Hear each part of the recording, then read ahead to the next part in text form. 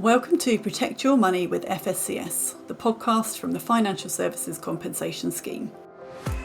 Today we've got a mini-pod for you, a special bite-sized episode where we talk through a particular topic to explain it all simply.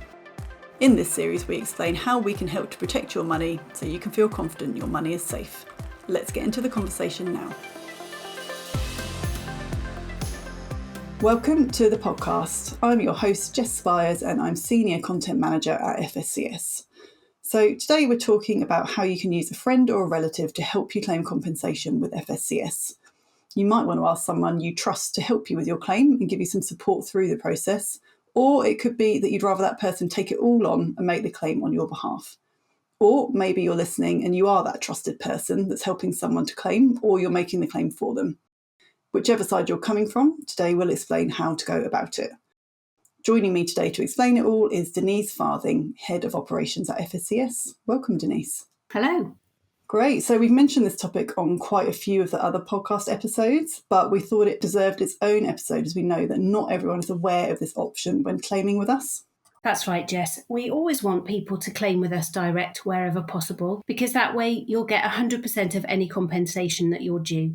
You can choose to go down the route of using a representative, of course, like a claims management company or a solicitor to claim for you, but they'll charge you a fee, so some of your compensation will go towards that. And it's also no quicker to use a representative to claim for you, is it? That's right. There aren't any shortcuts, and the representative would follow exactly the same process as if you came direct. So if you'd rather come direct but don't want to claim yourself, using a friend or a relative to claim for you can be a good option. Yeah, absolutely. And at FSCS, we call this using a personal representative. So, Denise, what are some of the reasons that people don't feel they can make a claim themselves? Well, there are all sorts of reasons. They might not be confident at using a computer or may struggle with filling in forms. They might also feel more comfortable talking to somebody they personally trust, as it can be uncomfortable talking about your financial situation. It might be a practical reason, like if they work shifts, for example, and wouldn't be available during normal working hours to speak to us. Also, we know it can be a really stressful and anxious time when you need to make a claim. The thought of having to go through the process on top of everything else can feel like too much. Yeah, that's right. And obviously that's completely understandable. So could you tell us how it all works? If you want to set up a personal representative to claim for you, you need to send us a letter to tell us who you are nominating, including their name, address, and an email address. The letter needs to be signed and dated by you within the last 12 months. The person you choose can be anyone you trust, whether that's a relative, a friend, neighbour, or a colleague, etc. Once your claim is in progress, we'll use your nominated person as your contact and ask them to send us the documents we need to process your claim. They'll also get any updates and emails that we send about the progress of your claim, and if we need any other information or documents to help us investigate your claim, then it's them we'll get in touch with. Okay, so if I wanted someone to claim on my behalf, what's the first step they would need to take to start my claim? Firstly, they'll need to check that you're eligible to claim with us on our Check If You Can Claim page. That's on our website at www.fscs.org.uk. That only takes a few minutes. When asked, are you the claimant? They'll need to answer no. And next they'll be asked, in what capacity are you making this claim? Here they should select personal representative. And from there on, we'll send all correspondence through them, but you'll need to sign the documentation. Okay, so it sounds pretty simple. And am I right in thinking that if somebody has already started their claim and they then decide they'd like someone else to take over the process for them, that that's possible and that person wouldn't need to start a new claim? That's right.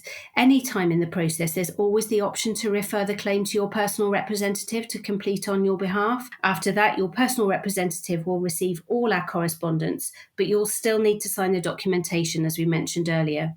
How you'll sign your claim depends on if we have your email address. So we now use a system called DocuSign, which is a software that lets you sign documents electronically rather than having to sign with a pen and paper. So if your personal representative has given us your email address, the claim summary form will be emailed to you via DocuSign, and then you'll sign it digitally. If your personal representative hasn't given us your email, then you'll need to download the claim summary, print it off, get you to sign it, and then upload the claim.